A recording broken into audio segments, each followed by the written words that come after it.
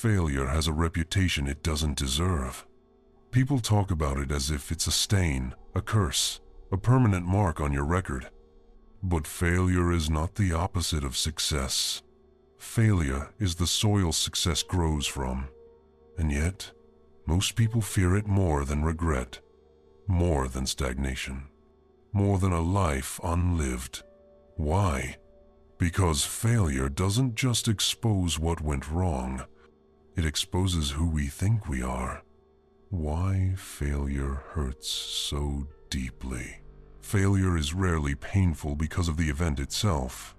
It's painful because of the meaning we attach to it. When something doesn't work out, we don't simply say, "I failed at this." We say, "I am a failure." Those 4 words do more damage than any setback ever could. The ancient Greek philosopher Heraclitus said, "Much learning does not teach understanding." He meant that no amount of preparation can match the wisdom that comes from impact. From attempts that didn't work, from outcomes you didn't expect, from moments that felt like collapse, failure teaches in a language success never speaks.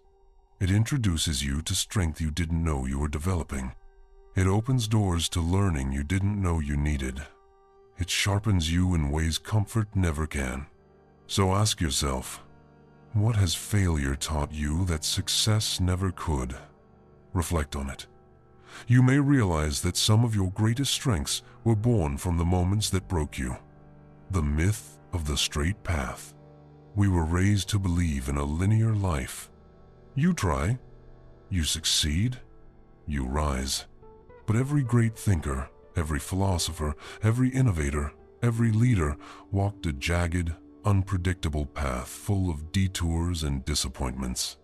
Thomas Edison famously said, "I have not failed. I've just found 10,000 ways that won't work." This wasn't arrogance. This was a man who understood that failure is a process, not a verdict. Yet most people stumble once and question everything: their ability, their future, their worth. But no meaningful life escapes failure. The question has never been if you will fail. The question is simple: will you rise? Think back to your life.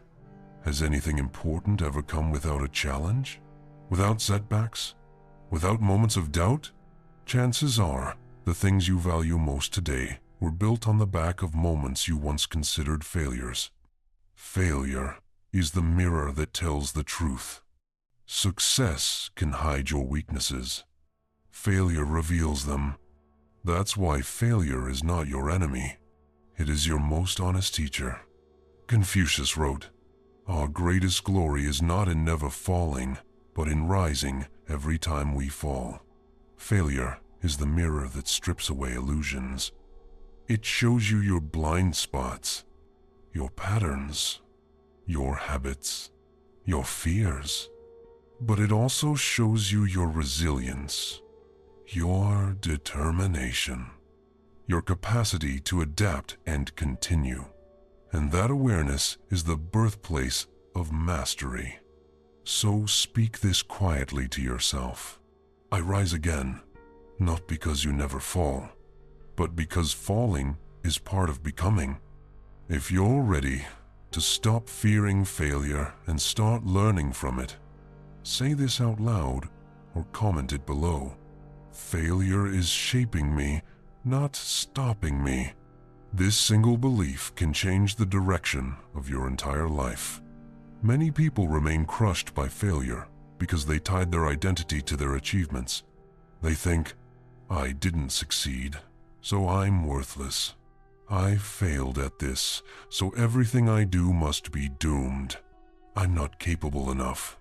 But hear this clearly: your results are not your identity. Your failures are not your character. Your setbacks are not your destiny. Psychologist Carol Dweck famously described the difference between two mindsets. The fixed mindset: I failed because I am incapable. The growth mindset: I failed because I am learning. One mindset kills potential. The other multiplies it. So ask yourself, which mindset are you living with today? And which one will you choose from this moment forward? The fear of future failure. Some people stop trying not because failure happened, but because it might happen again. Fear becomes a prophecy. The moment you decide not to try, failure has already occurred. Seneca said, "What we fear more than anything is the unknown." Failure pushes you directly into the unknown, and that is why it terrifies us. Not because it breaks us, but because it changes us. But here's the truth. The fear of failure creates more failure than failure itself ever will. Life doesn't punish those who attempt. Life punishes those who avoid. So, consider this. What dream have you quietly placed on hold because you are afraid to fail again? You owe yourself the honesty of that answer. Failure and ego. So much of our struggle with failure has little to do with the failure itself, and everything to do with ego. When you fail, your ego cracks, and through that crack, your real self begins to emerge. Immanuel Kant said, "Out of the crooked timber of humanity, no straight thing was ever made." We were never meant to be flawless. We were meant to be refined, and refinement rarely happens in comfort. Your ego wants applause. Your soul wants growth, and failure serves the soul. So ask yourself with courage, was the pain of failure really about the event, or about how it made you look? That question alone can begin your healing. The hidden gift inside every failure. Every breakdown contains a breakthrough, but only when you shift your focus. Instead of concentrating on what you lost, notice what you gained. Failure gives clarity. Failure gives humility. Failure gives direction. Failure gives resilience. Failure gives depth. Nietzsche said, "That which does not kill us makes us stronger." He wasn't glorifying suffering. He was acknowledging transformation. The way hardship reshapes your inner architecture, the way it burns away illusions, the way it forces a more powerful version of you to surface. So ask yourself, what has failure strengthened in you? Your patience? Your discipline? Your courage? Your focus? You'll find that the traits you admire most within yourself were forged inside your hardest moments. The comparison trap. Failure becomes heavier when you compare your journey to someone else's. You cannot compare your chapter 2 to someone else's chapter 20. You cannot compare your failures to someone else's successes. You don't know how many times they fell before they rose. Søren Kierkegaard said, "Life is not a problem to be solved, but a reality to be experienced." Your failures are part of that reality, not mistakes in the script, scenes in the story. Even the people you admire the most, artists, athletes, thinkers, leaders, failed far more than they succeeded. Michael Jordan missed thousands of shots. Picasso created over 30,000 works, most forgotten. Walt Disney was once fired for lacking imagination. They didn't rise because they were perfect. They rose because they kept going. So reflect on this. Who in your life or in history inspires you because they failed first? Let their resilience remind you what's possible for you. Failure is not an ending, it is a reset. Failure feels like a full stop, but it is really a comma, a moment of redirection. Marcus Aurelius wrote, "The impediment to action advances action. What stands in the way becomes the way." Failure is not the roadblock, it is the blueprint. It tells you what doesn't work so you can discover what does. It clarifies your next step. It reveals what actually matters. It guides you toward a path aligned with who you're becoming. When you see failure through this lens, you stop asking, "Why did this happen to me?" And you begin asking, "What is this trying to teach me?" And that shift alone can change your entire life. Failure will test the way you see yourself more than anything else in life. But once you understand its purpose, once you learn how to use it instead of fear it, failure becomes one of the most powerful forces shaping your future. Rebuilding confidence after failure. Confidence doesn't disappear because you failed. Confidence disappears because you believed the lie that failure meant you weren't enough. But confidence can be rebuilt, not through achievement, but through repetition. Confidence is not the result of everything going right. Confidence is the result of taking action even when things go wrong. The Stoic philosopher Epictetus said, "Circumstances do not make the man. They reveal him to himself. Failure reveals you. But rebuilding shows what you're made of. Every attempt you make after failure is a declaration. I am not done. Every step you take is proof that you value growth more than your pride. Ask yourself, what would your life look like if you gave yourself permission to try again? Not perfectly, not fearlessly, just honestly. Because confidence doesn't return when the fear is gone. Confidence returns when you act despite the fear. Failure is the beginning of strategy. Failure isn't the end of your plan. It is the beginning of your strategy. The moment something doesn't work, the world gives you information. This approach didn't fit. This direction needs adjusting. This timing wasn't right.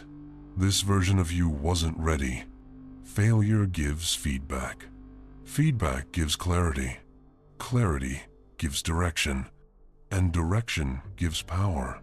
In his writings, Aristotle noted that excellence is not an act, but a habit. Habits are formed through repetition, not through perfection. If something didn't work, good. Now you know something you didn't know yesterday. Failure refines your approach. It sharpens your decisions. It teaches you patterns you would have missed if you succeeded on the first try. Ask yourself, when you failed, what truth about your journey became clearer? There's always an answer, always something revealed. The psychology of resilience. Resilience is not about being unbreakable. It's about being able to rebuild. Psychologist Viktor Frankl wrote, "When we are no longer able to change a situation, we are challenged to change ourselves." Resilience is not the absence of suffering. It is the decision to rise from it. And here's the key difference between people who stay down and people who rise. Those who stay down interpret failure as a full story. Those who rise interpret failure as a single chapter. You are not meant to live inside one chapter of your life. You are not meant to stay locked in one moment of disappointment. You are meant to continue becoming. Resilience grows every time you get up. Every time you shift direction. Every time you choose not to let one moment define a lifetime. This is why some of the strongest people you know are also the ones who have failed the most. The courage to begin again. There is a quiet courage in starting over. Not the kind people applaud, not the kind that makes headlines, but the courage of a person who looks at their past and says, "This is not where my story ends." Philosopher Hannah Arendt wrote that every ending contains the seeds of a new beginning. Failure feels like collapse, but often it is construction, the building of a new foundation. Beginning again doesn't mean erasing what happened. It means using it, using the lessons, using the clarity, using the strength, using the resilience you gained through struggle. So ask yourself today, what would happen if you treated every failure as preparation instead of punishment? Because that's exactly what it is. The strength you don't give yourself credit for. You have lived through things you once believed would break you. You've stood back up after moments that felt final. You've adapted through situations you didn't prepare for. You've healed from wounds no one else knew you carried. And yet, you rarely give yourself credit for your survival. This is why many great thinkers argued that failure is essential for understanding your own strength. Carl Jung believed that what we call failure is often the beginning of individuation. The moment you break away from who the world told you to be and begin becoming who you truly are. Your failures did not weaken you. They revealed you. They carved depth into you. They brought forth versions of you that peace and comfort never could. There are parts of your character, parts of your courage, your wisdom, your maturity, that would not exist without the very failures you once resented. Let that truth settle. You are not behind, you are being prepared. People assume that failure puts them behind. But what if failure is what puts you ahead? What if the setback is what saves you from a bigger setback later? What if the delay is what develops the strength you'll need for what's coming? What if the supposed failure is the very thing shaping you into the person capable of succeeding long term? The path you're on is not moving slower than it should. It is unfolding at the pace required for your becoming. Failure is a sculptor. It chips away at what's not needed, revealing the masterpiece underneath. You are not late. You are not stuck. You are being shaped. Your relationship with failure determines your future. If failure terrifies you, you'll avoid anything meaningful. If failure embarrasses you, you'll hide your potential. If failure defines you, you'll shrink your entire life to fit one moment of defeat. But if failure becomes your teacher, your life expands. Your future grows. Your courage strengthens. Your identity evolves. Marcus Aurelius wrote, "A man's life is what his thoughts make of it." If you believe failure is the end, your life becomes small.